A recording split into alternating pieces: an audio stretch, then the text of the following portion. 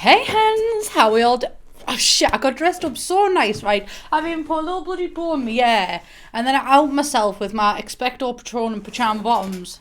But I got slippers on too, beach. How we all diddly do, and today I'm going to be doing an update on my mental health. I've already recorded this video, but what I find with vlogs like these, like especially when it's something serious like mental health, is that I record it once and then kind of get out everything that I have to say, and then I always scrap that recording, and then I already know what I'm going to say then because I've already worked it out. So that's the premise of this video. It's not going to be that highly edited. I am a slag for editing, honestly, and it's my comfort zone and also my hobby. So I probably will come in there every now and again. But I just wanted to give you a little bit of an update because the situation got worse. And then it got a lot better, and then it got a lot worse. And then now it's on the mend a little bit. I think like it's just an uphill thing from here. I've also put a bit of weight on because I have been eating again. That's right, bitches. I was so mentally unstable I couldn't even force myself to eat.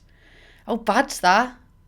Am I oversharing on the internet? I could be potentially, right? That is like something that I have considered. Am I oversharing? But the thing is, I don't think that's a bad thing. Like, I am an oversharer. I'm not the girl who'll corner you. No, I probably am the girl who'll corner you, actually. Listen, I just don't understand society's standards, all right? And you know what? That's fine because 99% of the time, I don't leave my house. So, hello, just editing me, how we all doing? So I just want to preface this video because I did make a video in August 2019 saying something has happened that is not very good and I have to take a bit of a break with YouTube for a while because I'm not in a good space after everything's happened. And I got quite a couple of comments on that one saying like, you have the most desired job in the world and I have to slave this amount of time working, and you should be thankful of what you've got and you don't need time off, you just need to be thankful. And I just want to take a second to say, literally, like, rise up, comrade, and everything. Like, fuck shit working hours and everything like that. But also, this is not really anything to do with YouTube and being unappreciated for YouTube. This is literally just to do with a chemical imbalance in my brain. It's easy to compare yourself to people on YouTube and to compare yourself to yourself on YouTube, which is quite a dangerous thing. And a chemical imbalance exacerbated that. But I'm still very, very thankful of the platform that I have and the people that I have as an audience. And I'm very thankful that I can do this as my job. And it's just literally about a chemical imbalance. So if we could all just be a little bit understanding of mental health in the comments, that would be great. Thank y'all. Let's just take a little journey down memory road, shall we? I'm going to start talking about like when I first started to actually like have a breakdown, and then I'm going to go back beyond that, like a little bit before, of all the warning signs that like a breakdown was about to come. And then I'm just going to be talking about basically like what happened during the breakdown, what happened to help the breakdown, and then like my subsequent second breakdown, which is 100% not even to do with mental health really, but it did dramatically impact it. So first off, the first breakdown that I had, I was in the bath, I think, and I was having a panic attack. So I rang my mum and I was like, I'm just having a panic attack all the time. And I didn't feel like I could record. I didn't feel all these things that I'd known and loved, like recording. I feel at home recording, like I can talk the head off the camera, editing, all of that. Suddenly, like my ability to do it just vanished. I didn't have any ideas. I couldn't think of any video ideas, and in my head I was just constantly going on a thing of like, you fail and YouTube's failing, you fail and you can never think of ideas. So quite a toxic mindset to be in. So my mum and sister took me out on walks and they were all right. I enjoyed spending time with the family. I'm a ding dong and the kids always argue, so that served as a lovely distraction because honestly, family drama keeps me going, right? Since the Jeremy Kyle's been axed, family drama is the only thing keeping me stable. So, and then we all just kind of thought that, like, you know, it's coming up to my hormonal cycle of that time. And coming up to that, I'm a bit of a bitch when I'm on PMS, right? I can't help it. It's just the chemical makeup in my body. The body. So we all just kind of thought, like, maybe it's that, because sometimes I do have to take days off in bed when, you know, I'm on my period. My internalised misogyny won't let me say that fluently. I'm on my period. But, you know, it was coming up to that point. And we all just kind of thought, like, maybe I've just been working a bit too much hard and just working a bit too hard and I just need a little bit of time off. But, shock horror, that it wasn't that. I'd recently just had a break and I met Dan for the first time, which was absolutely amazing, love him to bits and all that shit. But then once he left, the kind of anxious feelings didn't really dissipate. They did while he was here, but I think it was just like, you know, a brand new experience. I'm meeting the love of my life for the first time. England starting to open up a little bit and everything like that. And then he left. And then I was kind of just sat in the reality of like, my brain's still a bit insane in the membrane. Insane in the brain. That's when my panic attack started to get to like a daily kind of thing. And I'd considered tablets and everything, but then I was like, no, I can do this. I can do this. I could not do this. I completely just lost any and all, not even spark for YouTube, because I've still got spark for YouTube, but I just lost all ability to do it, which is something that has never really happened to me before on YouTube. There's been like 2 times where I've had to take breaks and stuff like that, but not because I couldn't do the actual jobs that I need to do, just because there was much more pressing things happening in my personal life at that time. So yeah, not being able to actually sit in front of a computer and edit or be able to record it was unknown territory for me, and it absolutely terrified me. And the one thought that had gone through my head there was, what if I'm just done with YouTube now forever? And that terrified me because I didn't want to be done with YouTube forever. But now I know that that was just anxiety going through my brain. And it was the anxiety stopping me from working. There was one stream that I particularly remember in my mind, and it is, each room is a different YouTuber challenge that I'd done.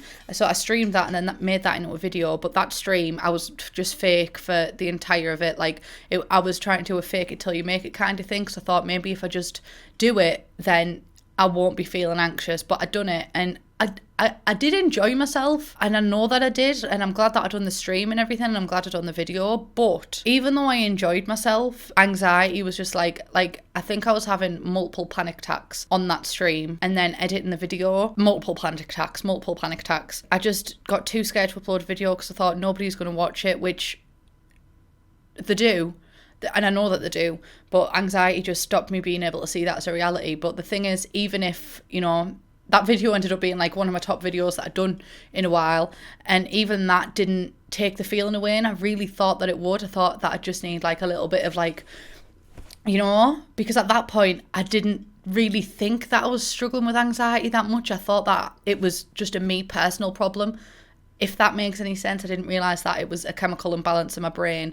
I just thought basically that I needed work, which I don't know why. I'm quite self-hating in my head, I think, because like my family has plethora, I can never say that word right, of mental illnesses. Really understanding about them all, and I'm really well educated in them all, because my family and myself are so batshit. I'll put it to you. I'll say it as I see it. So yeah, it's weird that I just didn't recognise that it was anxiety. I think I had an inkling, but like, anxiety is also not something I've ever really suffered from before in terms of like generalized anxiety. It's more social anxiety, but in my day-to-day life, in the safety of my own home, I've never really struggled with anxiety. So yeah, so that stream happened, and then I made my video saying that I'm not doing too well, love's the one where I'm like, but little did I know that was just the big fat beginning, lovelies, because that was probably me at like a good point of my anxiety, and I was already struggling. So as you can guess, shit went south. It went south. I was stuck in this mental state in my head of like, I need a break, but I don't want to take a break, because the thought of a break will give me more anxiety than helping me. But I still feel like I can't work to the level that I used to work at. And in that video, I think I was like, I want to stream 4 times a week and upload 3 times a week. That did not happen. I think it went down to like 1 to 2 uploads a week. And I think I took quite a while off streaming. Because with videos, you know, like I had quite a few pre-recorded. My mum did help me out with some. But with streaming, you have to be very much there and present and like ready and raring to go and stuff, and I wasn't. I also moved home because I was just having panic attack after panic attack after panic attack in my own house.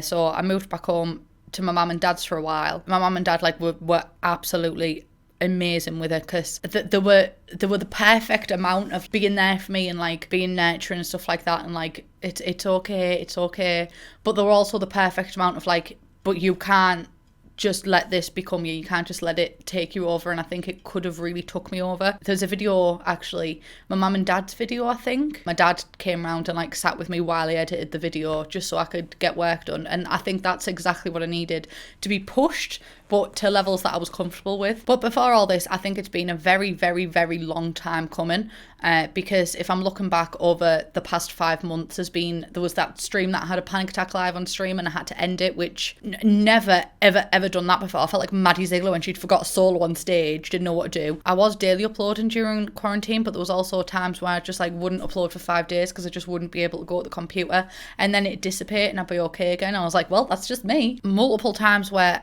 I just felt so insecure with my content. So basically, I got therapy. I didn't complete it because I got to the point where I was just kind of, phone calls are not it for me. Like, I will wind myself up all day if I know I've got to make a phone call. My dryer's broken there and I haven't rang him because it's just easier for me not to, do you know what I mean? I'd rather have a dryer in my kitchen than have a phone call. Me and my therapist talked about my anxiety in depth and stuff like that, and it was actually really helpful because the mentality I was having with panic attacks and stuff was, well, if I feel like I'm going to have a panic attack now, there's no point distracting myself and then having it later. I might as well just have it now and get it over and done with, and then later on enjoy myself, But my therapist said, and when someone says something and you're like, of course, she said, you deserve time off from your own head though. And I was like, yes, I do.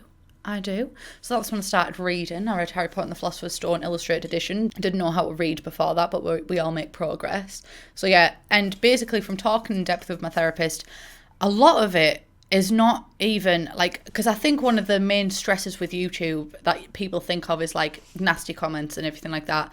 It's not that for me. It was, I'm thankful that I have a really good, nice community that genuinely I think have my best interests at heart. Like, even when I update my upload schedule with 3 times a week, which is my previous one from before quarantine, then people were like, are you sure? Like, don't do too much if you need, do you know what I mean? So it's not even that. And I don't think it is that. There was the time that I got bullied for having pink Razer headphones when, Razer are like one of the only companies that make pink headphones. But there we go.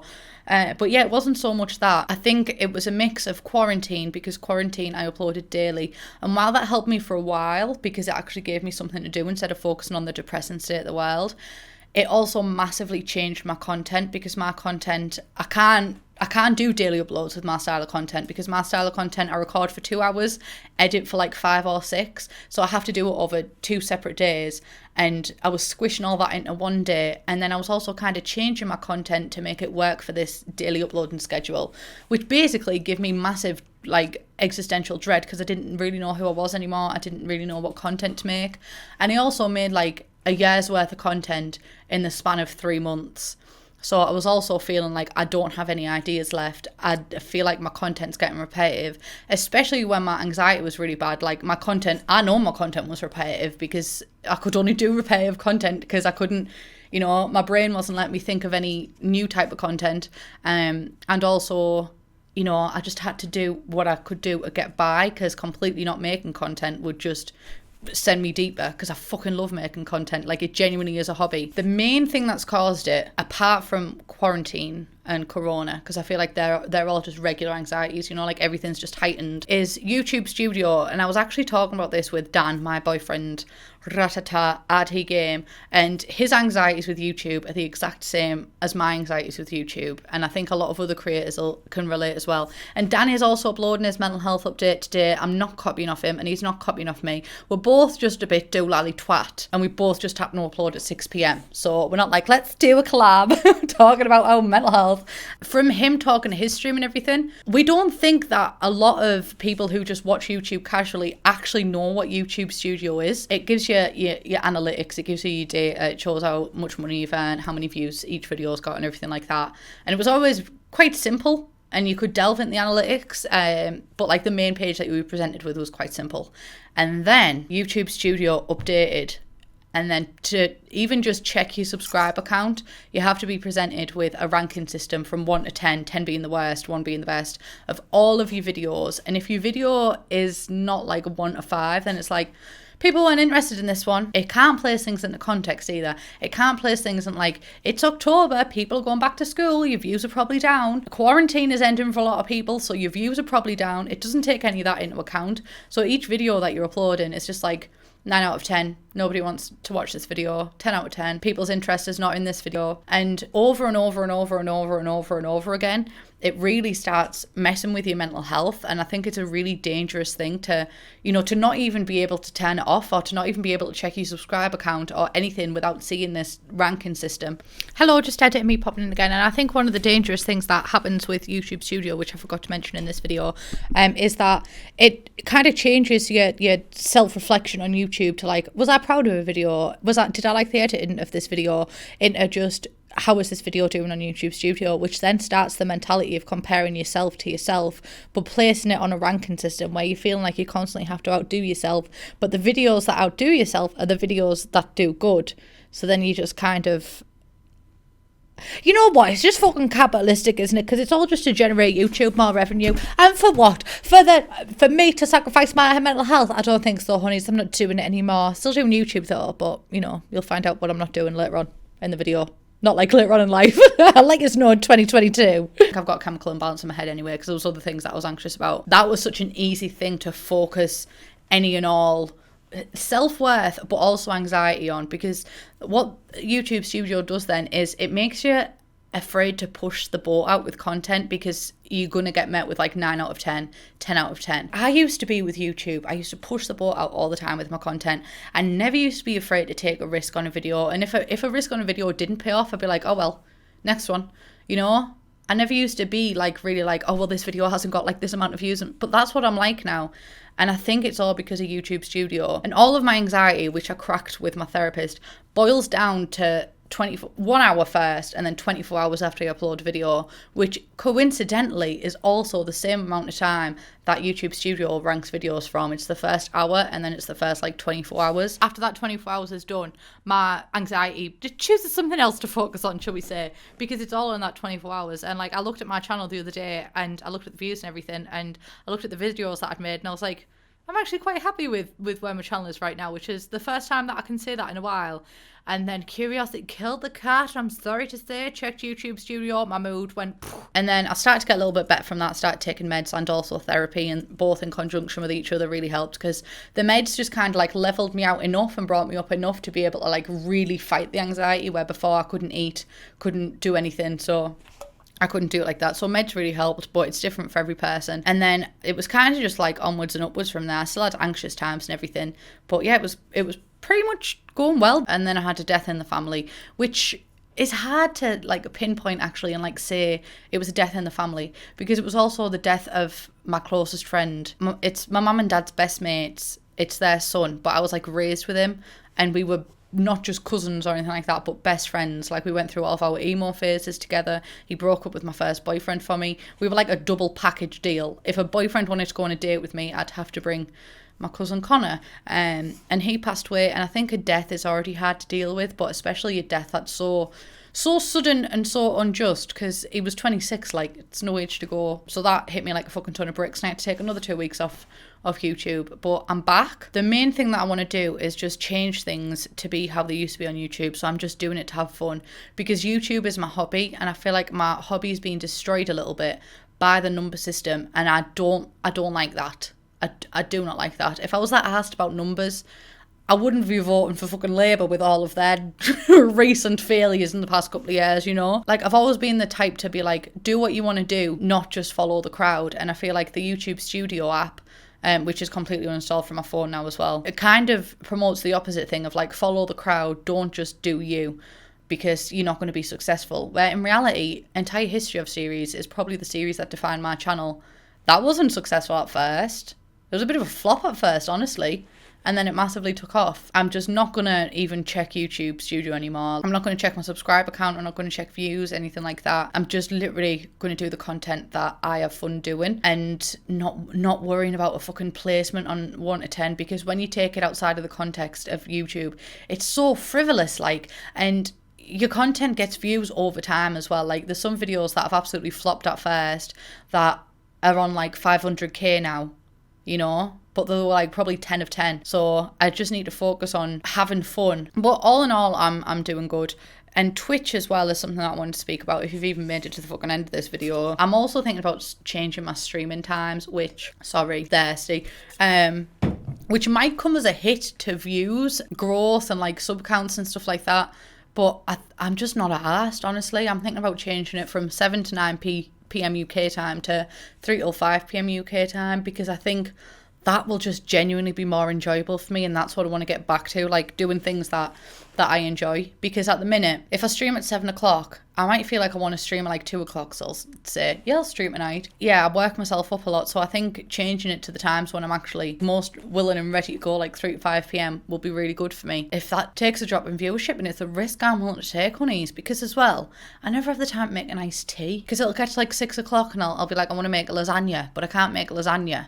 So I'll just have shit tea, and I don't think that helps with my mental health either, like just having shit food all the time. And then because I finish stream at like 9 o'clock, I'll run a bath, have my bath, go to bed with wet hair, and then I'll have an itchy scalp. That's oversharing. And I've also, this video's fucking 22 minutes, 53 seconds long so far unedited. Jesus Christ, I thought this video would be like 5 minutes. I thought I'd struggle to make it any longer than 7. And here I am, suddenly realising I have much more mental problems than I anticipated. So this is my daily schedule, which I also think is going to help. So I have like 2 different days, one where I record and stream, and then one where I edit. So yeah, I think structure is really going to help. So with the three videos and 3 to 4 streams a week, I also want to start just doing content that I want to do on Twitch. I've always wanted to do a playthrough of all the Harry Potter games, so I think I'm going to start doing that. I really want to start doing Sims 2 PSPLP. There's loads of video ideas in my head that I just want to do. I've also picked up painting on Procreate. I had a panic attack last night and I had to miss stream, and I had a magical night, and this is something that I drew. I am actually quite proud of myself, and I'm glad that I've got a work-life balance now, which I do as well. My work-life balance has massively improved since quarantine. I have interests and hobbies. I've started reading again. I have everything that's just, I have so many things that just aren't strictly to do with YouTube or Twitch, which I like it here. I like being a well-rounded person. Yeah, I've got hobbies. What about it? Yeah, I'm an artist. I'm Bob Ross's little sister, Plum Bob Ross. So that's my mental health update. I hope you are all keeping well too. The world is fucking mental right now, and honestly, I think that you'd be 1 in a million if you weren't having a bit of a mental break right now. But you know what? Bitch me too. The fucking I'll drink to that. Yeah.